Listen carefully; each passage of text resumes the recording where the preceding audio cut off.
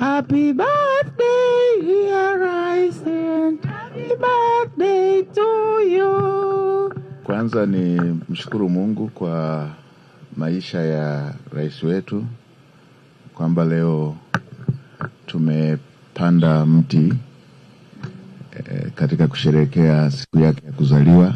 Tunamwomba Mungu ampe miaka mingi zaidi, ampe afya njema ili aendelee kuwatumikia Watanzania. Lakini la pili, nimpongeze kwa uongozi wake.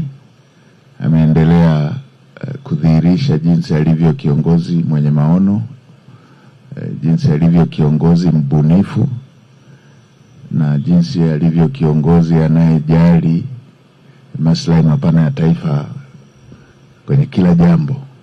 Shughuli hii imekuwa na utofauti kwamba imeenda kusababisha miti ipandwe kila kona ya nchi. Kwenye vitabu vyetu vitukufu, kupanda mti ni moja ya ibada, kwa sababu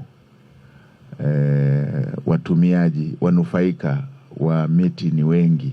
Na leo tumeambiwa na mtendaji wetu kutoka TFS, nilikuwa nawaza kivuli, yeye amesema mpaka ndege watatumia. Kwa hiyo huu ni ubunifu na huu ndo umekuwa utamaduni wa Mheshimiwa Rais wa kufanya uongozi kwa ubunifu, ubunifu unaoleta tija. Kwa maslahi ya muda sitataja mambo mengi ambayo yametoka kuyabuni, lakini kwenye maliasili tu kwa ajili ya kuongezea nchi yetu kipato alibuni Royal Tour. Kwenye wakati nchi iko kwenye msukosuko, masuala ya COVID, yeye alibuni madarasa ili watoto wasisongamane, madawati ili watoto wasisongamane, akabuni maji ili watu wanawe.